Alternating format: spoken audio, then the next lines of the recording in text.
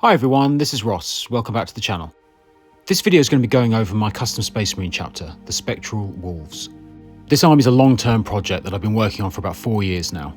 I do genuinely love this army. I spent a huge amount of time getting the colours right and working on the scheme, and this is kind of the final result of that work. They are my favourite Space Marine chapter, I think, because they're mine and they're completely unique, and up to this point of making this video, I'm the only person in the world that has some. But I'm hoping that maybe a few people might pick this tutorial up and give them a go, and maybe tag me some photos in Instagram so I can have a look. So the original plan when I first started putting the video together was to paint 1 or 2 of these Infernus Marines just to kind of go over the scheme. But I got a bit carried away and started working on a lot more of the Marines that I had sat in my sort of to-do pile. So the first step after priming them black is to give them a coat of Incubi Darkness. Now I'm using an airbrush for this, but obviously you can just brush paint this on. I ended up doing about 3 or 4 coats of this just to get a nice solid coat, really thin, over all of the models. But again, you can just brush this on. Now the army is kind of made up of a few different companies, and the first company is done in more of a cream colour. So that's kind of reserved for things like the Terminators and Blade Guard, things like that. These guys are the kind of the rest of the army, so these will end up being the second company. So the most of the armour is done in this Incubi Darkness, which is a really, really genuinely lovely colour. The next colour is Rakarth Flesh. This goes on the left-hand shoulder pad and all of the gun casings, and if it's a sergeant, his helmet as well. I'm using an airbrush for this step just to get a nice smooth coat, but again, this can just be brush painted on. The sensible thing to have done would have been to have left the shoulder pads and the guns off, sprayed them separately, then glued them back on. But I was a little bit too impatient when I wanted to put everything together. So yeah, I had to kind of work around that and then tidy up afterwards. But it's a really nice colour and it just works really well with that blue once it's all done. And it was at this point, whilst painting those 10 Infernus Marines, that I got a bit of a bee in my bonnet about wanting to paint up the rest of them and get them all finished. This is everything. This is all of my unpainted Marines. As you can see, some of them are half done, some of them haven't even been started yet. But I decided that this would be a good opportunity to kind of just get them all up to the same level, to get all of the blue done, all of the cream colour done, all of the black done, so that all those steps were done on every single one of them. And I would then be able to sort of dip in and out and add the highlights and things as and when I had time to do it. So that's what I did. I started working on that, which is partly why this video has taken so long to make, because I couldn't help myself and I just had a real urge to get them done. I didn't get anywhere near as many finishes as I wanted to by the end of the video, but there are still more done now than there were before I started. The added incentive to get this done was that I have a channel membership, which is about £2 a month. It helps to support the channel, so if you feel you'd like to, please join up. But at some point, one of the members on that channel will be in the running to win all of my unpainted miniatures, because I want to clear my backlog, so that seemed like a good way to move them on to somebody else who'd like them. It's also a great way to support the channel and to help me to grow it as well, so if you can do it, that'd be great. If not, just being here and watching the videos and subscribing is more than enough help. So I ended up spending far too long going over everything to make sure that the blue, the cream and the black colours were all done, and that the basing was all done, and that they were all up at the same level so that I could kind of dip in and out as and when I needed to. To shade the blue armour, I use a 50-50 mix of Black Legion and Contrast Medium just to thin the paint down. As a substitute, you could use Nuln Oil, but I just prefer the finish on this. I go over the whole model with this, just going into all of the recesses to pick out all of the details using this mix. Now, as much as I love this scheme, the main problem I have with it is that it takes a long time to do, for me personally anyway, because I set myself the challenge when I started the armies that I wanted it to be as clean and as perfect as I could make it, and it takes a long time. But it would be really interesting if somebody took the scheme and maybe did something different with it, took the colours that I'm using and maybe make them all weathered and battered, or just do something different. I'd love to see some different examples of it. But for me, they have to be super clean and as perfect as I can get them.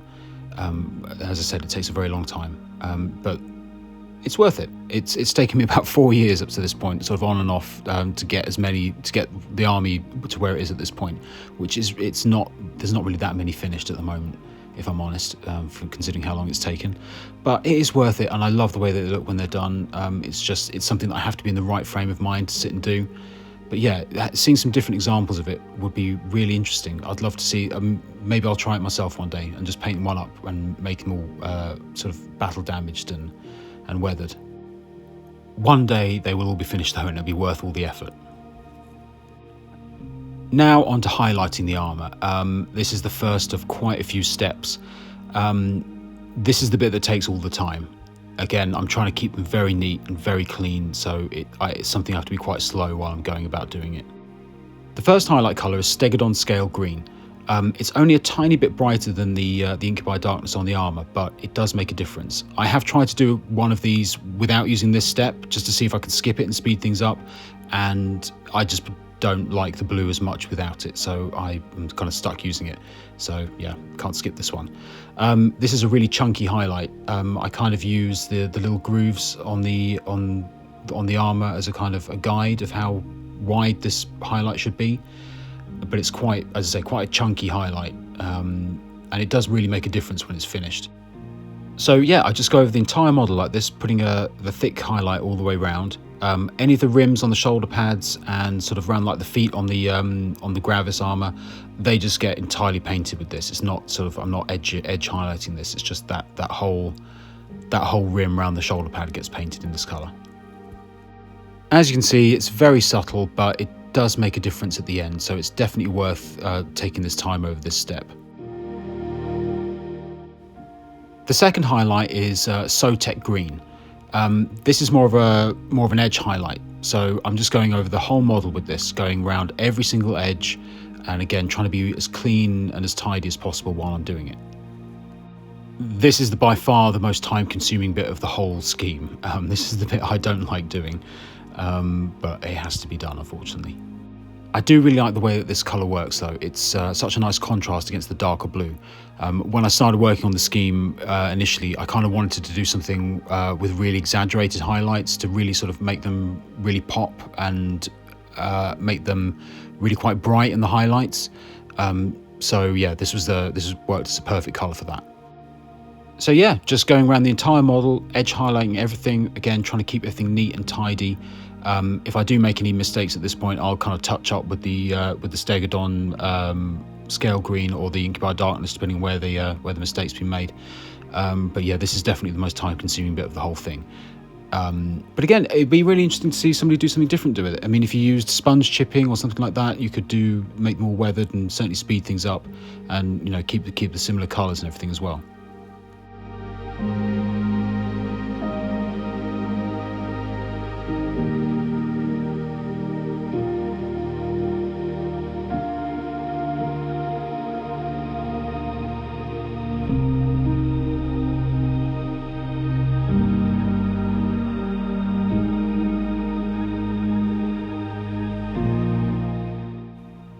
And this is where they are once that first two highlights are done.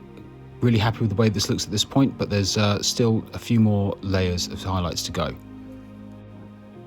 So the next highlight colour is Temple Garb Blue. Again, this is another edge highlight, but it's just being a little bit more selective about where it goes. I tend to kind of just go on the very edges, corners, and the most sort of raised areas for this. I'm not trying to kind of have perfect lighting as if the light's coming from a certain direction. I just kind of pick and choose which edge I want to add to kind of bring the highlight up on that particular point.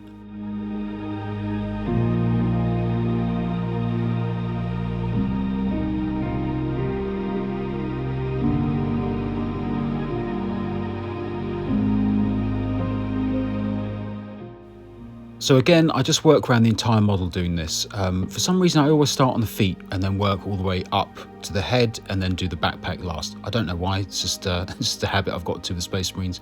I always start like this. There's always a lot of footage of me painting Space Marines' feet. But yeah, so I just kind of pick out all of the very edges and with this blue, and you can already see that it really does make the colour kind of pop a lot more. And again, this is kind of in keeping with the idea that I had initially, where I wanted to have the armor be really bright and pop in the highlights. Again, it's time consuming, but it's definitely worth it when it's done. Yeah, I really do love the way it looks when it's finished.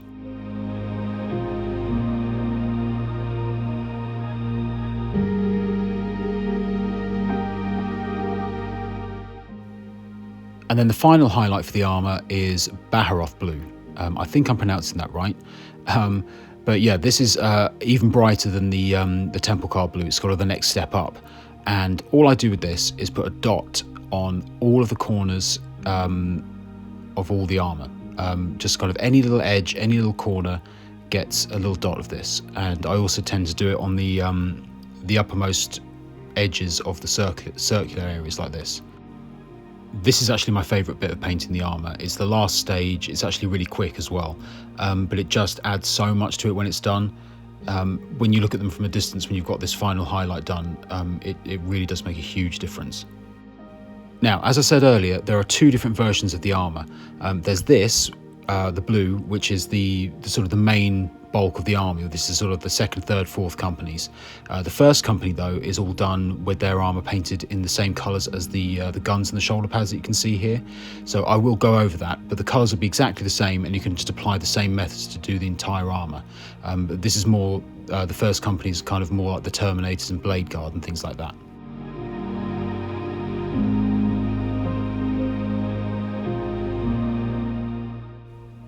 So hopefully you can start to see the difference that this final highlight makes. And this is the final result once all the armour is done. As I've already said, it's time consuming, but I really think it's worth it. I love how these look. I couldn't be happier with this. Now that all of the armour is done, the next step is just blocking the black areas. There aren't too many of these to do. It's mainly really the knee pads and the joints in between the armour. At this point, I would also block in all of the areas that were going to be later painted metallic. So it's the rest of the gun, the chest aquila, and any other little metallic-y bits that are on there.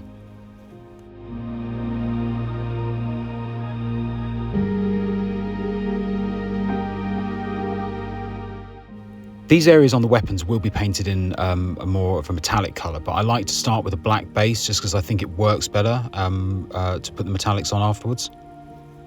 And you can see there I've missed the other knee pad, but that should be painted black as well. Now for the eye lenses. If you have your own method for doing red eye lenses, then obviously go with that, but this is how I go about doing it. I always start with a base coat of Mephiston Red. I'll thin that red down quite a lot with water and then just drop it into the lenses, and then maybe do 2 or 3 coats of that just to get a solid colour. Once that red's dry, I then drop in some Agrex Earthshade just to shade them down.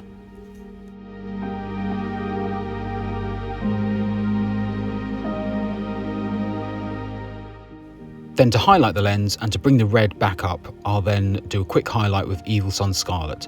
This will just be a line straight down the centre of the lens.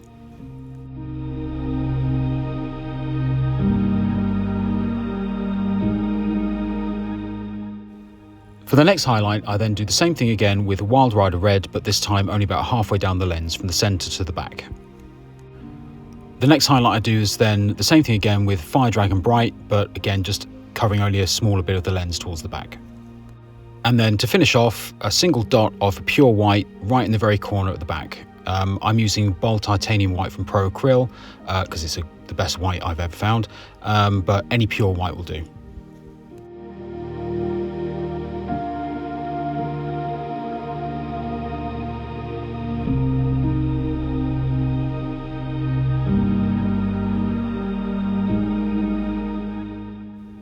While I've got the reds out on the palette, I also add a little dot to some of these control panels on their arms. So I'll put a single dot of Evil Sun Scarlet on one, and then any of them, if they're doubled up, then Moot Green on the other one. This is just a nice little extra detail. They're not essential, but I quite like having that little splash of colour on the armour. So now that all the blue is all done and the black is blocked in, I then go about doing the cream colour. So as long as it's got a nice solid coat and it's all smooth, I will then start to shade it. So I use a 50-50 mix of Reichland Flesh Shade and Contrast Medium. I like to thin it down with Contrast Medium rather than water because I just find it helps to flow easily into the recesses. I just prefer the look. You could try it with water, but I just think Contrast Medium is a better way of doing it. I don't just cover the whole thing with this shade. I'm quite deliberate about where I put it. I make sure that it just goes into the recesses only and try not to let it sort of stain any of the rest of the weapons or the shoulder pads. Just to try and keep that nice clean look as well.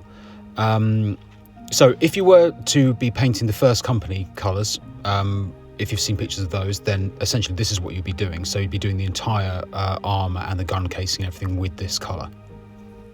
I also leave any of the details on the weapons as well. So if you've got that sort of scroll work or little skulls or anything like that on the side of the guns or the chainsaws and things, I paint them all in the same colour, so they're all one piece. I don't kind of add any metallics or anything to those bits. I kind of leave them all in the same colour. And then the final step for the cream colour is to use pallid witch flesh to give it an edge highlight to everything. If anybody knows of a good alternative to this colour that's exactly the same colour but made by a different company that flows better, please let me know, because I don't like this paint. Unfortunately, I got stuck using it because it's part of the scheme now, but it can be quite chalky. It's not the easiest paint to work with. So if you know of a good alternative, please let me know. I'd love to try and find something I can swap it out with.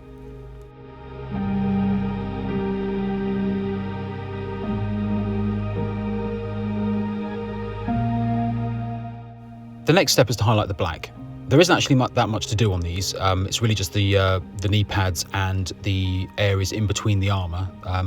So I just use Dark Reaper for this. On the knee pads, a quick semicircle around the top of the knee pad, and then an edge highlight inside the sort of the rubber bits in between the armour plates.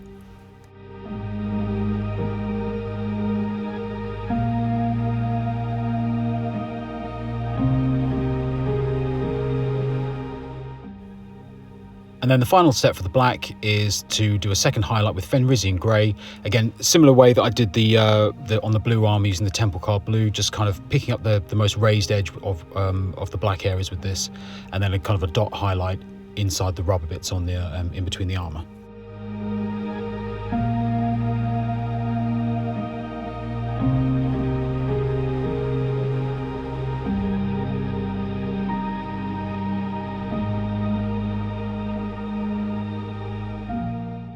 And now onto all the leather bits. A lot of the models have pistol holsters or pouches and things on their belts.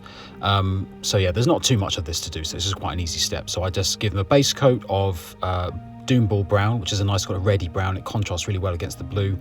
And I give a quick shade using Nuln Oil on that. And then to finish that up, I give a quick edge highlight using Wazdaka Red, which is, again, a nice sort of bright, almost pinky red colour. It works really well as a highlight on this colour, and it just, again, it contrasts really well against the kind of the dark, cooler blues of the rest of the armour. Yeah, so it just helps to add a little splash of colour. Now, I didn't get any footage of painting the initial bit on the purity seal, so I'll quickly go over that. It's a base coat of Screamer Pink, and then the paper bit is a base coat of Xandri Dust. And then I'll shade the pink area with Nuln Oil and then highlight it again with the Wazdaka Red. So yeah, apologies about that, I didn't film it, unfortunately. But yeah, so once that's all done and dry, I'll then give a quick shade using Agrex Earthshade onto the paper bit of the purity seals. I then do a highlight using Ushabti Bone onto the paper area of the purity seal. I kind of like doing sort of lines across it. It helps to kind of give the impression of like the texture of a sort of old worn paper. But again, if you've got your own sort of method for doing purity seals, then obviously use that, but this is how I go about doing it. I quite like the way that this kind of makes it look, it's sort of scratchy marks on the paper. And again, it's a nice contrast against kind of the smooth of the rest of the armour, and it kind of makes it stand out as a different material.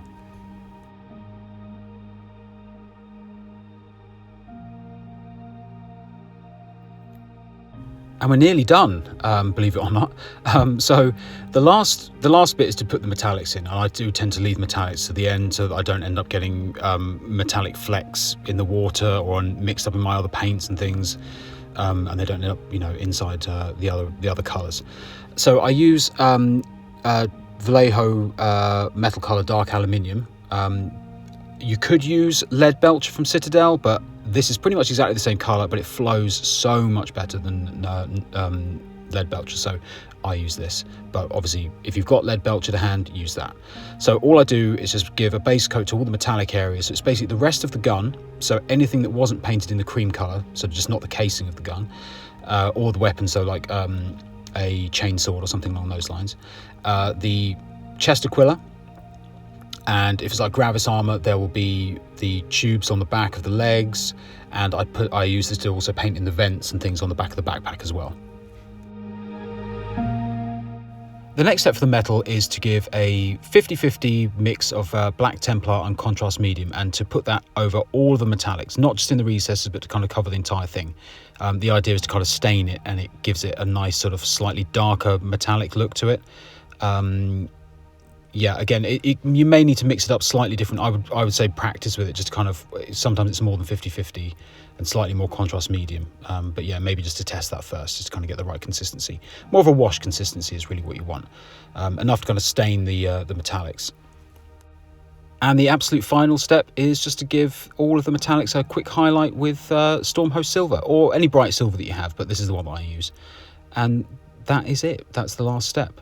I don't go too crazy with this. I just kind of pick out the very most raised edges, and just to kind of brighten that metal up, and just to bring that shine back to it.